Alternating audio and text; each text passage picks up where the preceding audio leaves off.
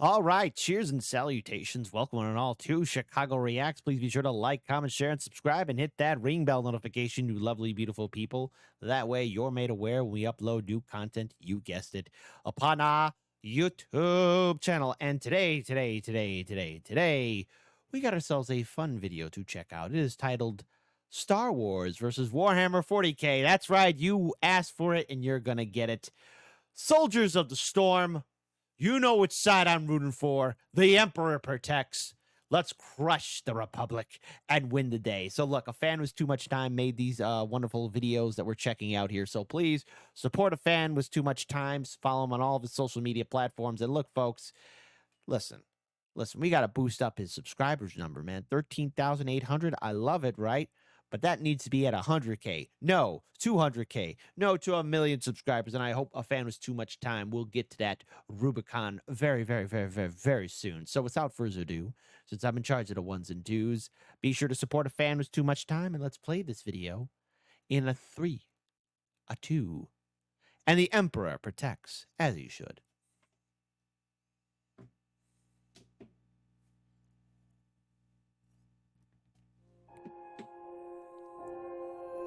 Oops.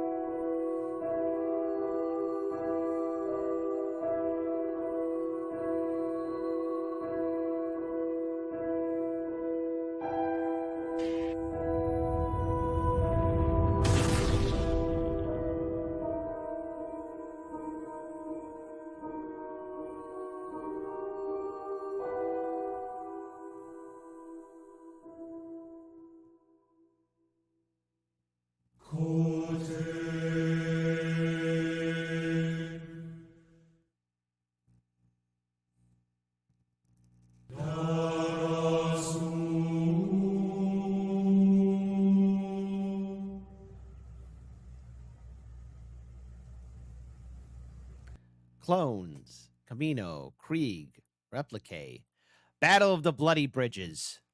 Let's go ahead and win this for the Emperor.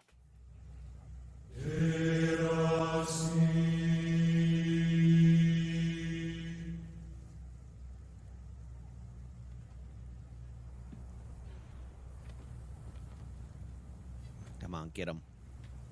Let's go get these clone bastards.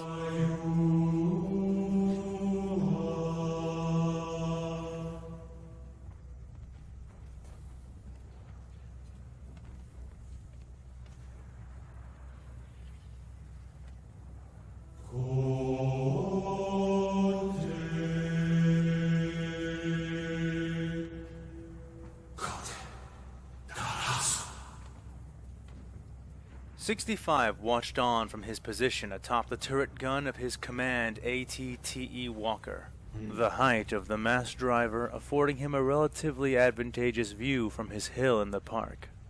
The trees, once vibrant, tall, and green, had been entirely cleared away, allowing for their artillery to be utterly unobstructed. What the clone saw through the enhanced sight of his electro-binoculars left him feeling conflicted. The Clone Wars had dragged on for almost 4 years, if not longer. In that time, many Jedi had died, and many, many more I mean, oh, how sad. Anyways. Clones besides. The Jedi generals who had performed the best had, by and large, encouraged the clones under their command to embrace their individuality, their creativity, and their cunning. It was in this way that they had bested billions of droids and countless planetary militias, as well as separatists of all stripes. But even so, there had always been a line, a certain place they were not willing to go with organic fighters that they went to all the time when it came to fighting droids. It was a lack of honor, a denial of personhood, a malice and contempt that even the Jedi rarely tempered when they faced droids. But that was not happening here. Here, they were treating these invaders, these PS Dia Imperials, just as they would treat a horde of B-1s. Perhaps even worse. The lieutenant watched as flashes lit up the far sides of the buildings, which the invaders were sheltering behind, knowing these to be the first 2 of the 3 planned ambushes. His AT-TE walkers were combining their firepower with advantageous positioning and the element of surprise to hammer the enemy in what they thought would be safe harbor. The 6-legged walkers timed their attacks with the sudden assaults of the squads 65 had sent to each of the ambush locations, hiding within the very buildings the imps would think to use for cover. Without the use of their best and heaviest armor, elements of the invading army his sniper tanks had seen neutralized first, the Imperial cultists stood no chance against the vicious crossfire they would be caught in. You know, first of all, clones, you're getting a little too arrogant for your own good. Let's go crush them. But that was not all. Along with the assault squads to aid in their decimation, he had also sent his best marksmen out to neutralize their evident commanders. Headless, armless, and naked, the imps would be left without any options save for frantic advance or frantic retreat. The ambushes were scything through them, the losses for the imps reportedly growing massive in both of the initial attacks. Stop! Imps' plan were devastating. And that was good, because they needed to be. To say that 65 and his men were outnumbered by the attacking imps would not do justice to what the clones were facing. Even after enduring prolonged bombardment, the arriving enemy had 12 rifles for every blaster 65 had under his command, and drastic measures needed to be taken to even the odds if they were going to hold their position and continue aiding General Sakura in the main battle. Goddamn Jedi. Commander, said a voice through the comm. It was Vector, one of the marksmen turned assassins whom he had sent out to the first column. He and the other 2 had been instructed to choose high-altitude locations among their buildings, flag the enemy commanders, and then take out the one they thought was highest ranking. Hard lessons from the Blue Massacre had revealed that Imperial forces were heavily reliant on their command chains and commanders in general. Naturally, removing them became as much a priority as targeting the tactical droids. "I got him. Enemy commander in the first column is dead," he said. A moment later, another voice mirrored the words, slighter this time. "One of the tanks blew him away before I could get him, but yeah, enemy commander in the second column is neutralized." Yeah, keep on being smug, you bastards. Keep being smug, said the clone marksman. "Good, both of you get back here on the double. Let the assault squads withdraw at their own pace," he told the snipers. Sir, yes, sir. They said in unison. 65 waited a few seconds more before looking down at the small console on his wrist and contacting his 3rd assassin who hadn't reported a kill yet. "Catch, have you neutralized your target?" 65 radioed. There was a pause, a silence. Not yet. Still looking for him," said Catch. "What's the matter, Catch? Their commanders are typically not difficult to spot." "I know," the marksman said, "but I'm not seeing the typical signs. Don't worry, I'll find him. The attack on this column hasn't even started yet." "Oh wait, something's happening," said the clone sniper.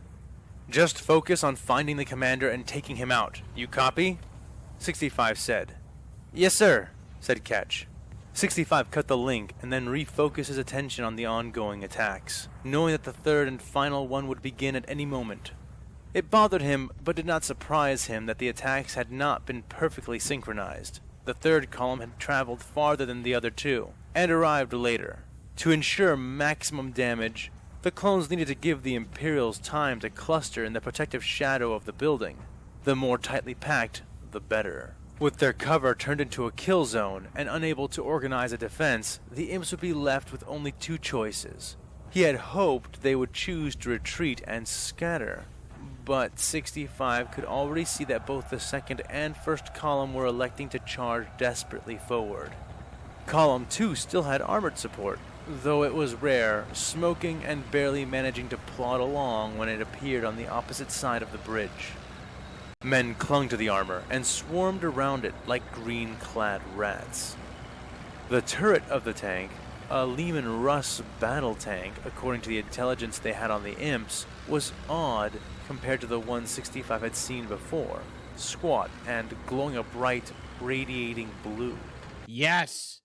Vaporize them. Vaporize them. The cannon flashed, a shining burst moving up from the base to the end of the barrel before discharging a tight, radiant lance of blue, hyper-accelerated plasma. The beams struck the center left of the fortifications across the bridge, instantly burning through them and through the ground and building, leaving a dripping circular hole through the entire structure. Good. The gap was only 4 feet around, but anything even close to it was emulated, and where before there had been a pristine line of barricades ready to be defended, now there was a hole, and then, after a second discharge, another hole soon after. 65 scowled. Divert 25% of our current artillery capacity to the defense of the bridges, he told the officer who stood just below him, to his left. The commander gestured with his electro-binoculars. Focus fire on the tanks and vehicles. Yes, sir, said the officer, turning to relay the specific orders into his helmet comms. Several of the 3-legged sniper tanks turned away from the high-firing arcs they were using to aid Master Alis Akura's assault, and brought both their mass driver cannons and their dorsal medium laser cannons to bear on the much closer and completely exposed targets charging across the bridge. The effects were decisive. The assaulting tank and many like it were suddenly rent into pieces by a volley of laser-grade blaster fire and ionized solid shells of Durasteel. The tank with the plasma weapon in particular sparked and seemed to suck in the air around it as it rattled and fell to pieces before detonating in a sudden, deafeningly loud explosion. The imps near the tank became sprays of senseless flesh bound within armor, bursting like children's water balloons against the onrushing palm of the concrete-like compression wave. The murderous air was Innocent Imperial guardsmen are dying at the hands of these treacherous clones. itself running ahead of something far more lethal, an expanding corona of heat and energy which atomized all it touched, blackening blood, and shearing away the armor of uniforms before the remains contained within them could even touch the ground. When the rising, electrically charged mushroom cloud had been cleared away, it revealed a new chasm almost twice as wide as the tank itself had been, leaving a large gap near the center of the bridge surrounded by molten and superheated metal. 65 braced himself as the shock waves from the distant blast rolled over him, his helmet shaking slightly. When he raised his head to view the scene once more, he was shocked. Not by the power of the explosion or the damage it had caused. It was the Imperials that shocked him, not the tank at all. The imps of the second column, despite an enormous amount of their forces having been devoured by the blast, were still trying to follow through on the assault. Come on. Hugging the sides of the bridge, burning boots and feet on cooling, glowing metal, they made their way around the superheated area. Come on, guardsmen! The clone sighed heavily, realizing with no small amount of annoyance that the cultists would not be turned back. Fine, then he and his men would force them back. He turned. Good luck. Come on, hold that banner high. To his right, looking down at the officer standing nearby, ready to take his commands. Have the defense task force split into 2 groups, and line up along our barricades on the first and second approach. Pick out enemy commanders where possible, and once they have reached a quarter of the way across, open fire and keep it coming. Have the flame company move into cover behind the defenders and wait for further orders. The officer nodded, wordlessly looking away before raising his hand to his helmet as he began relaying the orders. 65 turned back and watched the mass of varied clone troopers who stood before the tanks begin to march into position. White and yellow armor gleaming in the fading sun, the distant clouds having not dimmed it enough to hide the splendor of the Gar's finest.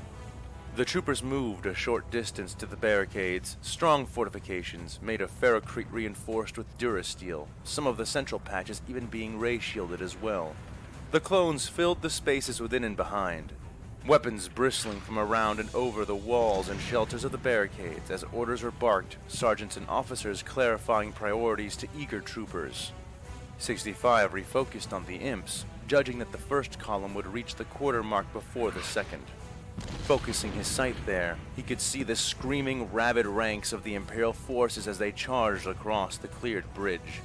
They moved in disorganized mobs, shooting as they ran, some more accurately than others, all either unaware or unmindful of the kill zone they were running into. A few of the Imperial soldiers carried flags, others bore swords or wore enormous, sparking gauntlets, and 65 saw more than a few chainsaws raised into the air, Yes! belching black smoke as their many teeth whirred and spun. He was looking at a horde of madmen, and felt very little remorse in that moment as he watched his troopers open fire. The result was a near literal wall of blue bolts, and when it met the ragged first and second ranks of the charging imps, they reacted appropriately. Men were thrown off their feet, flesh burning and melting as flak armor was burst open, scattering shards. No! Warriors in carapace armor staggered through the first, second, and third volleys, but began falling in mass as they were boiled alive inside their shells of ceramite. Additionally, with 100 shots per blaster pack, it would be a good while before any of 65's men would need to cease fire to reload. The Imperials tried to fire back, running and gunning, but the majority of their shots were horrendously inaccurate regardless of the weapon they were attempting to use, and the fortifications stood against nearly all of the returning fire that managed to connect. Hold the line! It was not long before the imps of the first column began to break, falling to fear as comrades and commanders alike fell all around them. Some began to rout, and that trickle of terror was swelling into a cascade. Feeling satisfied with the work being done there, the commander moved his sight to the troops of the second column, who were just about to cross the quarter mark. Where the imps of the first column had been made up of bands of 6 or more soldiers, all in various uniforms and heraldries, these newcomers from the second column were the opposite. Running far apart from each other, heads down as they charged, these men wore uniforms colored green and tan and seemed to understand that by staying further apart, they made themselves less susceptible to the focused fire which had been devouring the squads on the other bridge. Occasionally, scattered troops in distant groups would stop, kneel, and open fire, covering the charge of the men rushing past them until they themselves were shot, or until so many others had passed their kneeling positions that their visibility had become less than acceptable. 65 found himself feeling relieved that he had taken the precaution of ordering the other clones to clear the bridges of anything that could be used as cover, as these soldiers would certainly have turned any such havens into hard points to contest. But there was no cover, and these bridges averaged a stretch which spanned a little more than half a kilometer. The losses these men took as they crossed into the kill zone of the bridge were still hideous to behold. To their credit, they did not rout, even though groups and individuals did stumble or hesitate in the face of the certain death which they now ran towards, and which often found them moments later. God damn And it. their aim was precise enough that those who stopped to shoot quickly made themselves valued targets. These Imperials scuffed the forces defending the barricades, wounding some and killing 1 or 2, but ultimately failing to shake the defenders in any way or make any significant headway. Come on, And yet somebody. Still they came on. Soon, mounds of the dead began to pile up, tripping up advancing cultists with their own screaming wounded and silent fallen. Some even began to use the thicker patches of corpses as cover, laying behind them and firing. By the many moons, the imps from the second column were creating artificial barricades from the bodies, a display which was nearly as sickening as it was proving effective, the mounds of corpses successfully holding against the blue rain of death. Then, suddenly, "Commander, I'm sorry," came a voice over his comm set. Yeah? 65's heads-up display showed him from where the message was coming from. The fact that it had come unbidden already told him it was a priority 1 message. A glance at the name had him refocusing his electrobinoculars to the as-yet empty third bridge. He saw nothing. No signs of continuing fire, nor any Imperials charging down the avenue.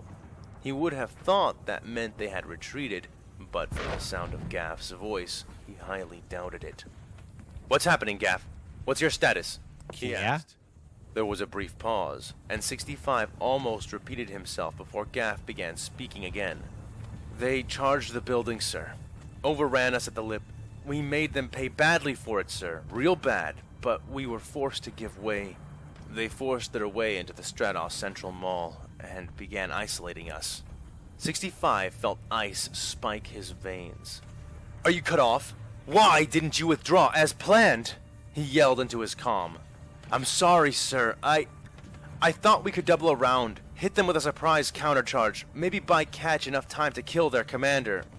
But we failed. But we are not cut off. We are withdrawing down the sub-access tunnels, same way we came. We should be with you in a little while. We have a lot of wounded, Commander. 65 sighed heavily, but nodded his head in a gesture of acceptance. Copy that, Gaff. Just finish getting your men out of there. As soon as you're clear, we're going to level that entire structure with the sniper tanks, so don't take too long. Tell Ketch to go ahead of the others. I want him here in case... Ketch is dead, sir, Gaff said, cutting his commander off. The clone felt the world become a little less real. Catch had been his pod brother. They had survived Geonosis. Are you sure, Captain? Catch has lived through a lot worse than these imps can put out. 65 insisted, teeth clenched. I'm sorry, Commander. Him and his whole squad, the clone began. Are you sure, Captain Gaff? Are you 100% sure? The commander demanded. 65, he was decapitated. Gaff blurted. A silence hung between them then, the only sounds being those of movement on Gaff's end and those of battle on 65's. Understood. Get back here, Gaff, and let me know the instant that you and your men are clear of Stratos Central Mall. Do you understand? Commander, look! Space Marines! The officer to his left shouted, pointing with his hand. Yeah! Commander felt his heart stutter. Yes! Your chill returned with nearly twice the force, running through him like a mist step in the dark. He cut the channel and raised his electrobinoculars, aiming them in the direction indicated towards the first column. There they were. Over 20 of them, with more appearing by the moment. Those are Ogrins, you silly gooses. They had just broken the front ranks and were striding forward, hefting massive metal shields before them that were absorbing the firepower being put out by the troopers without difficulty. 65 blinked. He had seen hollows of the Space Marine which General Skywalker had fought, and that thing had not been as large as these, and it had been encased fully in armor, to the point of seeming like a machine, unlike these clearly organic, gigantic men. Those details barely mattered, however. Protect the little ones! Shell sailed into the rightmost shield-bearing warrior. The metal dented, and the giant Imperial staggered, but held firm as the shot rebounded away, striking the bridge to his left. This scene repeated itself as more and more artillery fire was directed at them, the shells bouncing or rebounding off the impossibly thick shields. How, by the many moons, could men be strong enough to do anything like that? Without speaking, 65 reached down to his belt and withdrew a detonator.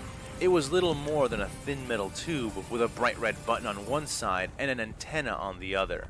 But linked to this small thing were the 4 baradium charges his men had secured to the bottom of the first bridge. Just a single flake of the stuff could power a thermal detonator. The baradium charges they were planning on using had much, much more than that.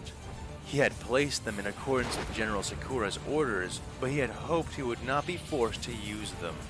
One of the huge warriors fell, and then another, but they were not dying fast enough, their shields not failing quickly enough. The soldiers around them were rallying, the tide of the rout turning even as the clones frenzied to take out those they could before the imps could get too close.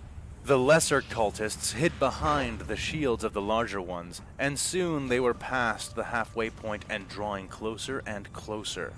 PLX missile launchers were deployed, killing another 2 more of the giants, but many more were left. And the imp soldiers who had made it with them had come too far to surrender now. They crossed the 3/4 mark, charging and screaming all the while. That's right, I Ogrins. felt his stomach twisting, but reasserted his discipline. Order the men on the first bridge to pull back, away from the barricades. They have 15 seconds to seek further cover. He told the officer to his right, his voice clipped and rushed, even more so than normal. The clone nodded and did not even turn to the side as he began to hurriedly relay the orders into his helmet comm. The fire coming from the barricades on the first two bridges ended abruptly, and the clones stationed there began to vault and leap back from the barricades, pulling comrades and equipment with them before ducking to the ground and covering their heads. 65 waited for the last possible moment when he saw all the clones escape the blast radius before he pressed his thumb down against the firm button of the detonator. It almost seemed to resist the pressure of his digit before sinking into the handle. The charges detonated in a row. No. The one farthest from the barricades and rolling forward with 3 more successive blasts. Each individual charge dwarfed the explosion released by the dying tank on the other bridge, erupting with the power of a weapon meant to tear frigates and destroyers apart.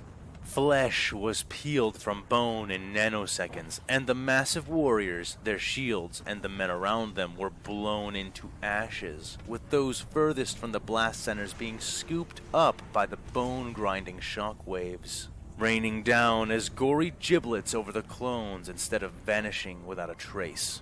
The fortifications cracked, and most of the ray shields there failed, though the final charge was by no means placed very near to the end of the barricades. The whole bridge pitched and rattled, shedding metal and struts like a Jabimi mud dragon shedding flakes of dead skin. By the time Damn it! 4 fiery blasts had fully concluded, they had not left one large hole burned through the structure, but rather had left the entire structure of the bridge completely skeletal, with gaps and pitfalls now riddling its creaking, swaying surface. It was a testament to Axumite architecture that the whole thing did not simply collapse into the chasm it spanned, where it would fall for hours before coming to rest hundreds of kilometers down. The display of absolute destruction, coupled with the very nearly untraversable state of the bridge, finished the work the ambushes and blaster volleys should have completed long before now. The enemy fully broke. The first bridge began an unabashed and disorganized retreat, running back the way they had come, taking even more fire as the ATTE tanks which remained in their ambush points began blasting once more, taking holes out of their routing army even as they attempted to sprint all the way back to their besieged base. 65 smiled behind his helmet, feeling a surge of confidence bolster him unexpectedly. After their recent losses, he had feared these Imperials were invincible. And we are! Their weapons too powerful to overcome. Yes! Their warriors, gods, marching in legion lockstep. Absolutely! But while their technologies were formidable, and the mettle of their warriors far exceeded that of most cultures in the galaxy, they were no immortals. With proper tactics, cunning, and intersecting lines of fire, anything, even these monsters, could be put down. Watch your tone. Commander 65! Commander! We're taking fire! The enemy has taken up positions at the upper levels of the mall! They're blasting us! They're The sudden, urgent message came from his priority comm, and a glance told him it was from the ATTE tanks that had been positioned for the third ambush. So it seemed those imps were going to make more noise than they already had. He grit his teeth and responded. This is Commander 65. Pull back. You are to pull back now. Draw yourself away and to the north until we have cleared your ambush point. There was no response. 65 repeated himself, and, again, nothing came back. He almost spat into his helmet, looking towards the third bridge once more, and seeing the flashing and hearing the telltale booms through the audio enhancers in his binoculars. But seeing nothing directly. Not yet. He glanced back towards the second bridge, which was still an active battle. There he saw with no small amount of frustration that the more organized soldiers in green and tan had truly managed to dig in using nothing more than the armored corpses of their own fallen.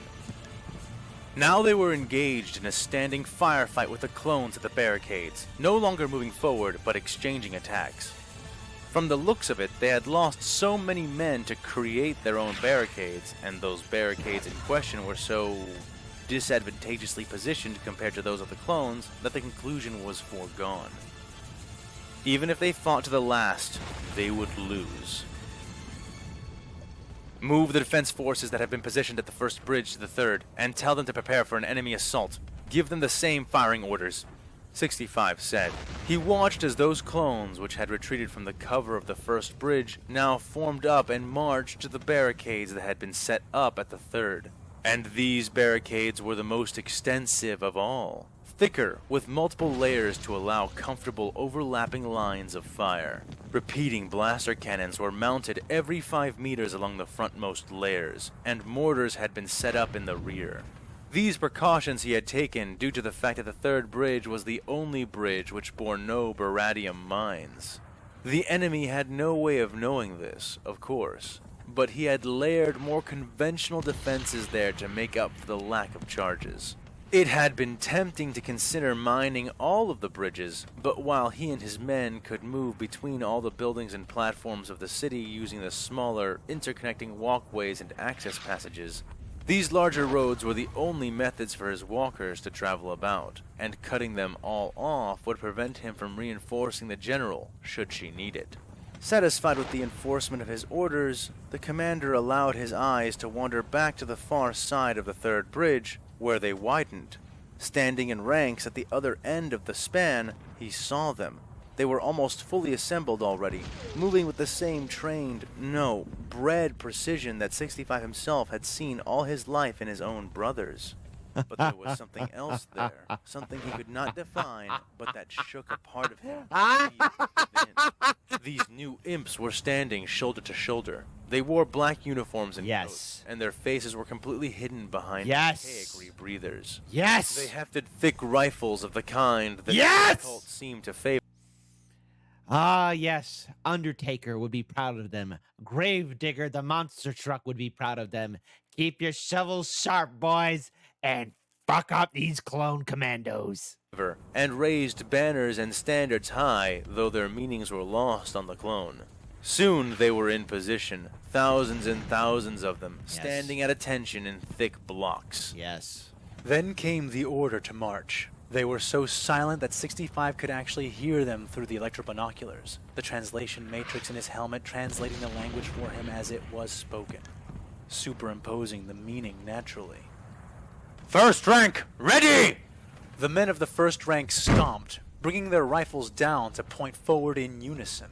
The officer, dressed a little differently from his men, but holding a sparking, shimmering cavalry saber aloft in his hand, lowered it to point towards the enemy in sync with the bayoneted barrels of his men's guns. Charge! The first rank broke off from the rest, first marching, then jogging, and finally running, all as one. 65 watched on in sick fascination, counting the seconds as they approached, and then passed the line into the kill zone.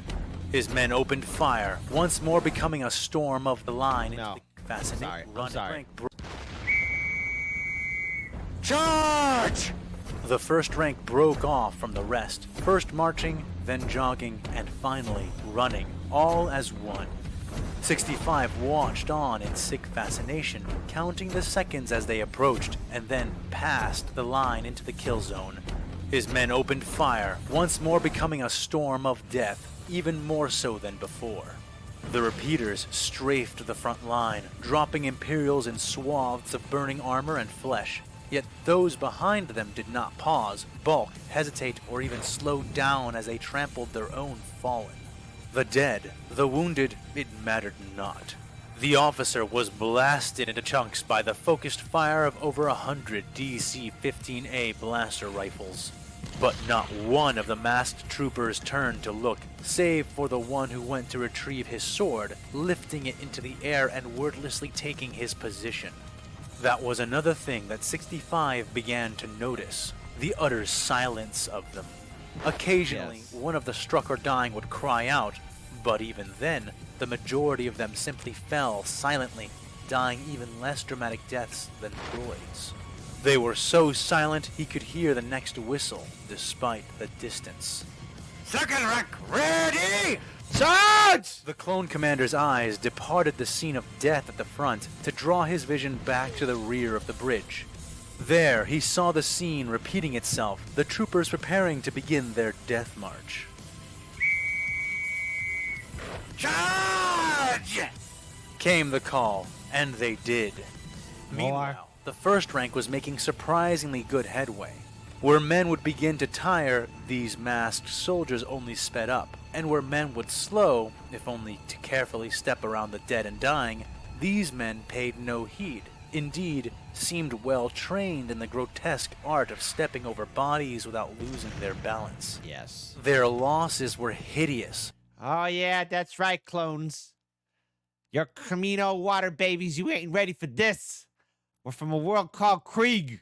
But they bore them as if they were nothing, as if they themselves were already the walking dead.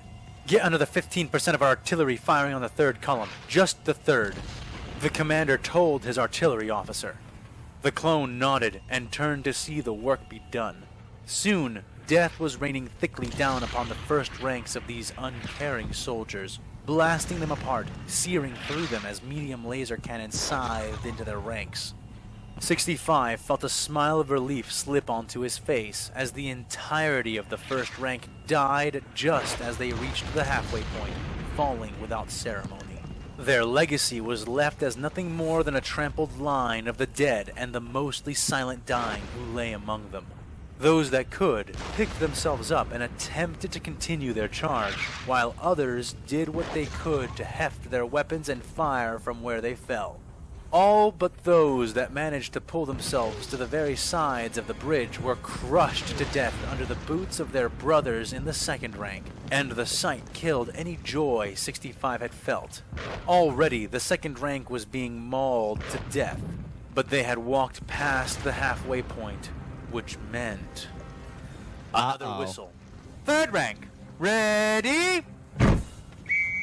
Charge! For the Emperor! Charge!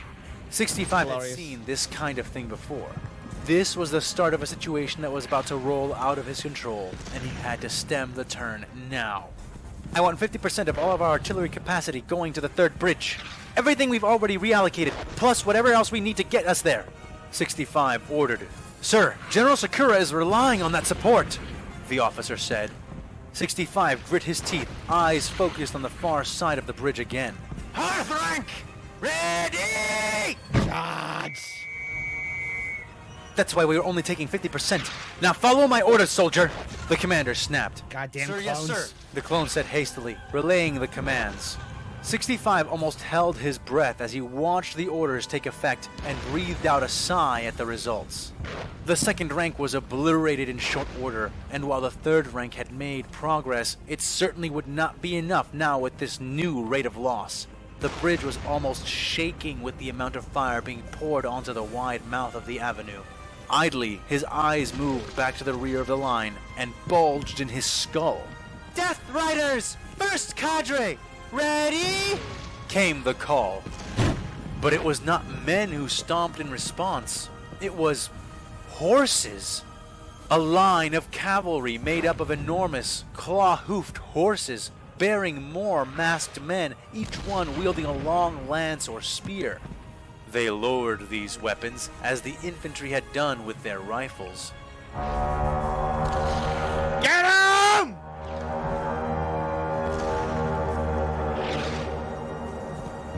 Charge! The beasts leapt forward at the command, and 65 struggled to keep them in view of his binoculars. They ran so fast, like speeder bikes propelled by raw, unnatural muscle. In seconds, they were coming up on the trail of the nearest group of soldiers, and then, with leaps so long and powerful they nearly appeared to take flight, the horses lunged over the entire fourth rank and began gaining on the third.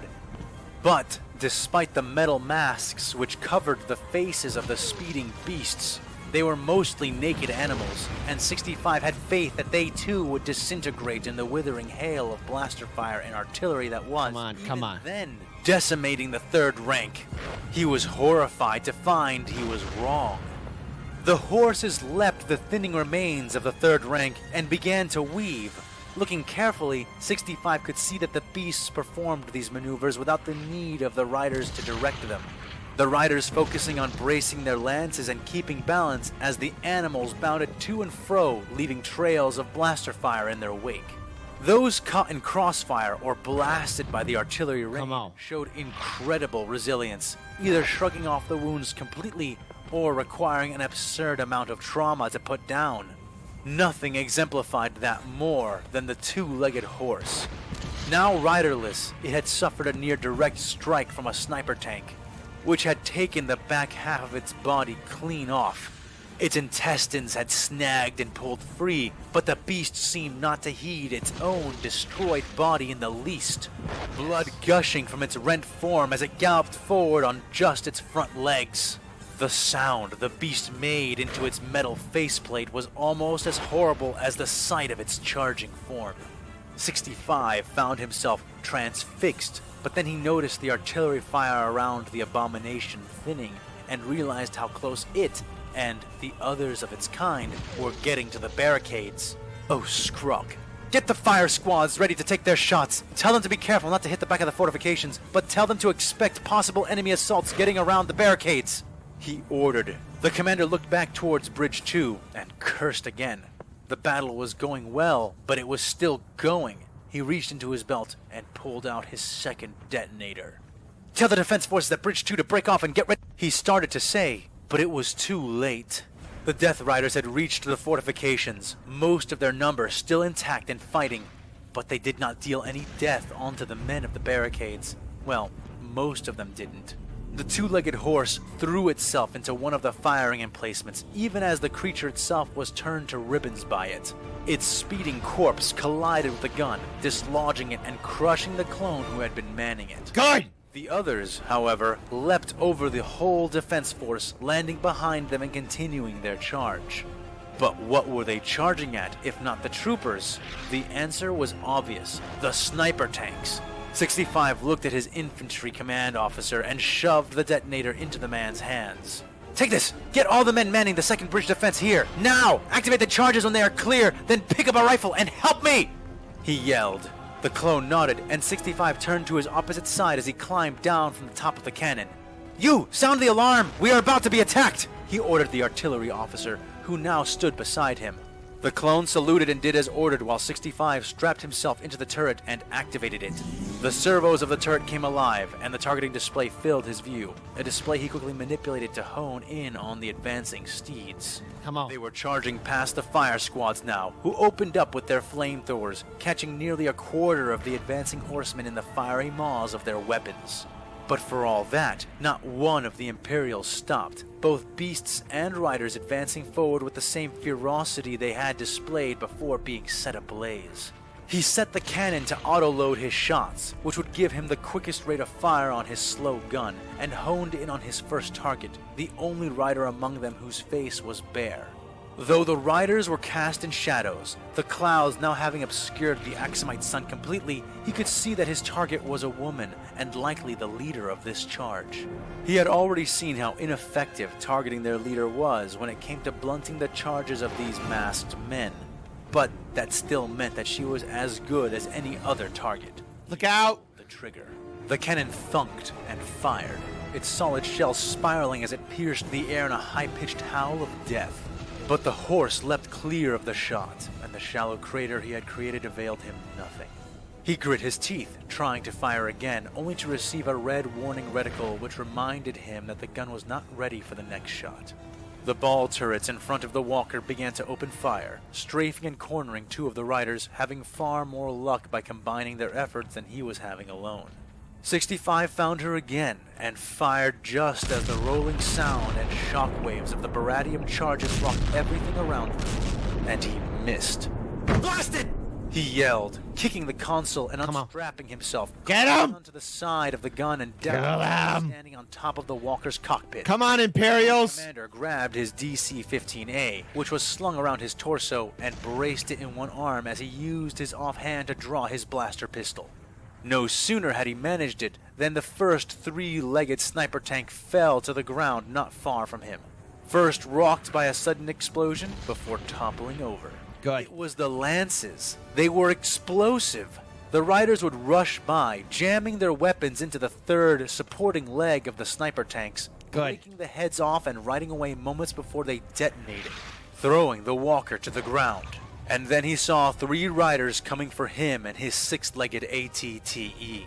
They had no way of easily toppling something like this, so he knew they would aim for the cockpits in the front. Go. That was why he had positioned himself there. Compensating for the speed of his bolts, with experience and rate of fire, 65 began blasting with both weapons, veering them into the path of the first rider.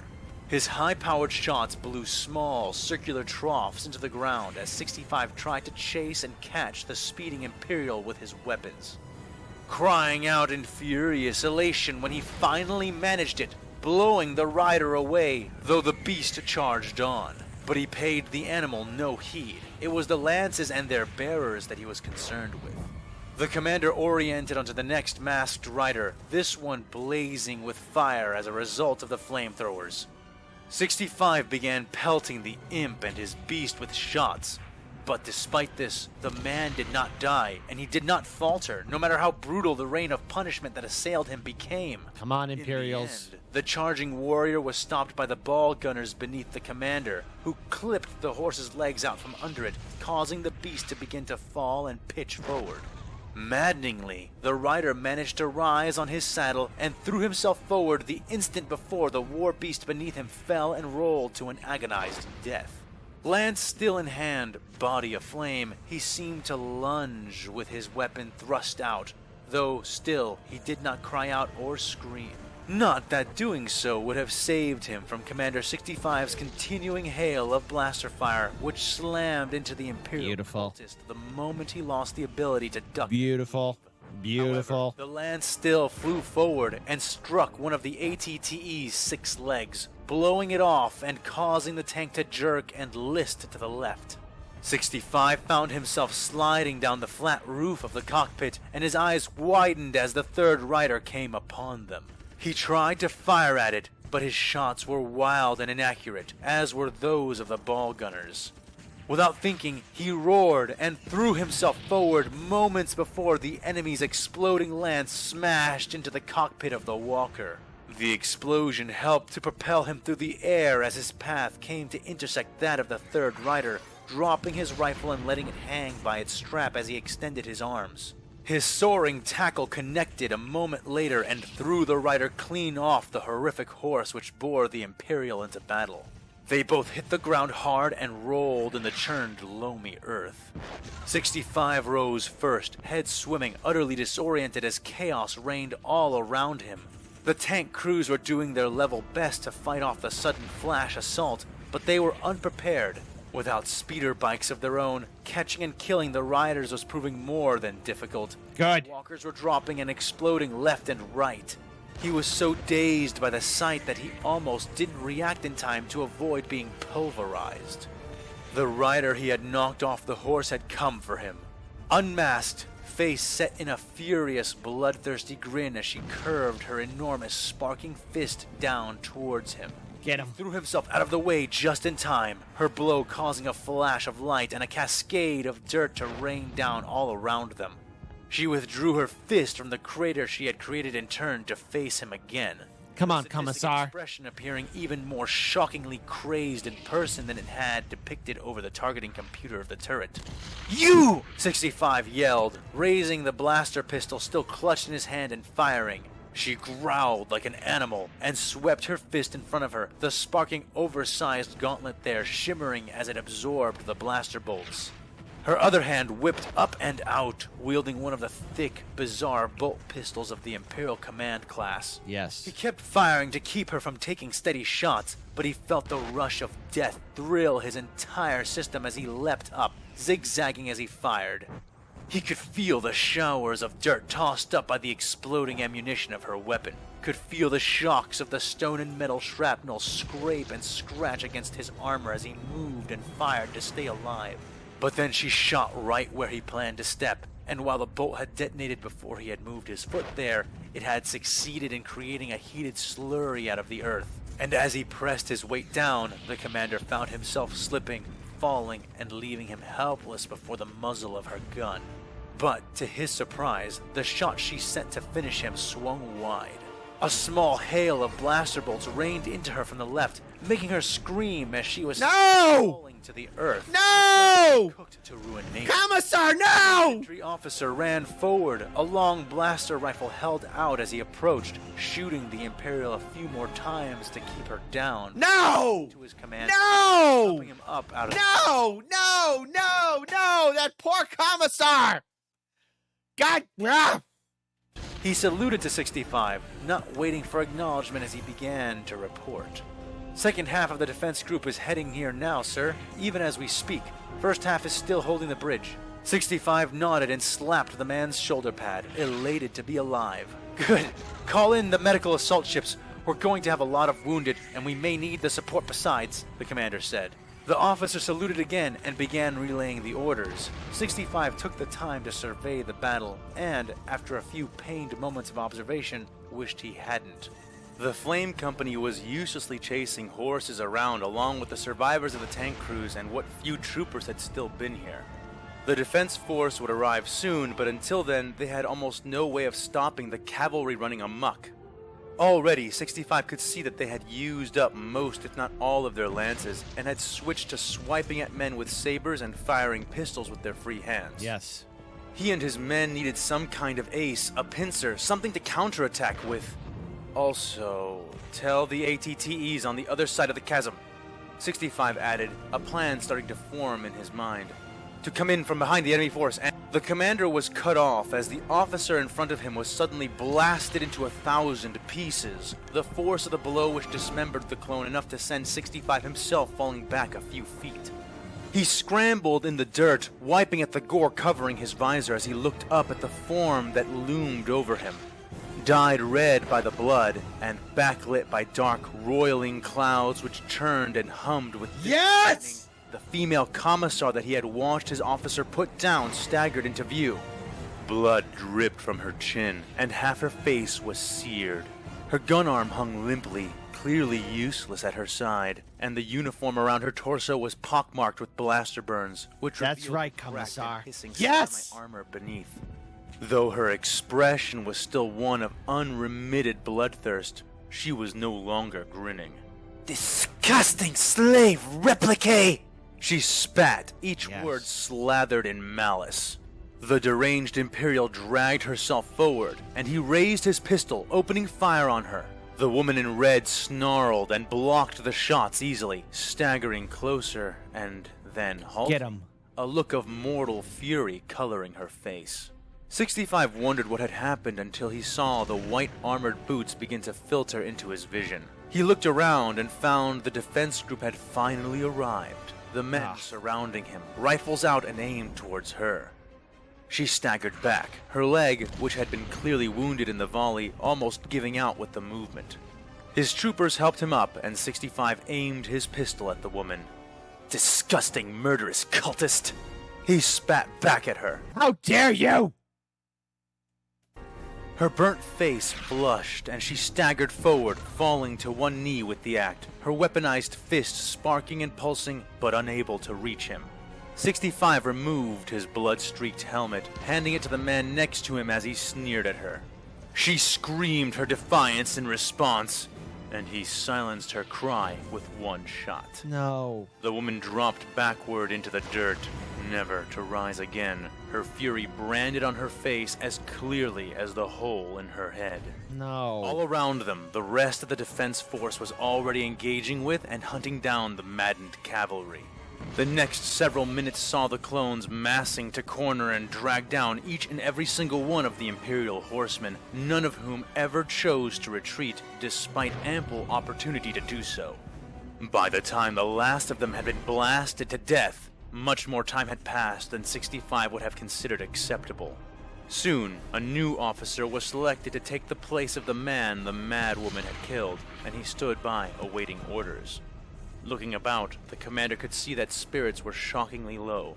The artillery had been devastated, much of the command staff killed, and the barricades were moments away from meeting the ranks of the enemy in close quarters. Despite the successes thus far, things had become suddenly bleak, and above them all, rumbling clouds which sparked and flashed began to release the very first drops of what was sure to be another of Axum's freezing rains. 65 grit his teeth and stepped forward. Come on, troopers! Do I need to remind you of the strategic importance of our position here? He gestured with his pistol towards the shining buildings of Azure City, now lit by their internal lights as the rumbling storm stole the daylight. Look back there! See those buildings? They are full of the people we are here to save. No one cares, clone. This whole planet is! Our mission is to take this city and take it swiftly. Being down on ourselves is a luxury the Republic cannot afford. We are the key to the General's assault. The other battalions are counting on our support. If we fail, everyone fails. Do you all understand this? Sir, yes, sir! The men around him roared. Then get your fire back. We have hard work ahead, and it's only going to get harder. Defense teams, move to reinforce the barricades and pull back the wounded. Fire teams, form a defensive line and defend what's left of our artillery. We are fighting without their support from now on. Everything that is left needs to go to General Sakura. Are you ready? Sir, yes, sir! They said again. Commander 65 raised his hand and clenched his fist as if to catch the falling rain, which was, even then, beginning to blanket them all, turning the dirt into mud, and burying the commissar's broken body under fresh slurries of liquid earth. No. We are the clones of Camino, the soldiers of the storm. We will save the Republic, no matter the cost. Now, move out!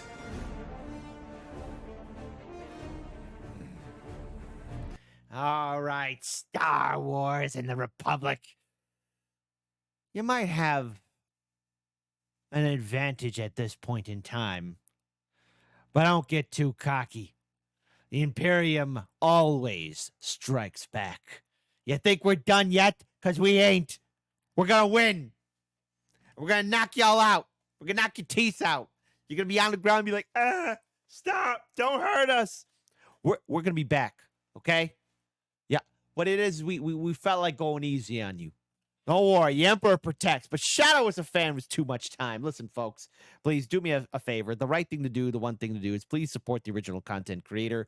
Look, a lot of time, effort, energy is probably made to making these awesome videos. So you know what you got to do. Support the original content creator. Support the original content creator. Support the original content creator. Follow him on all of his social media. Look, let's boost up his numbers so he has 100K subscribers. Because, I mean, this is a lot of effort and time. And yes, folks, we will continue on Star Wars versus Warhammer 40K. And you know what side I'm on. The Imperium. The Emperor. We're gonna strike back. R.I.P. to that beautiful commissar. You fought valiantly, and you will be avenged. That was the real hero of the story. It's the truth.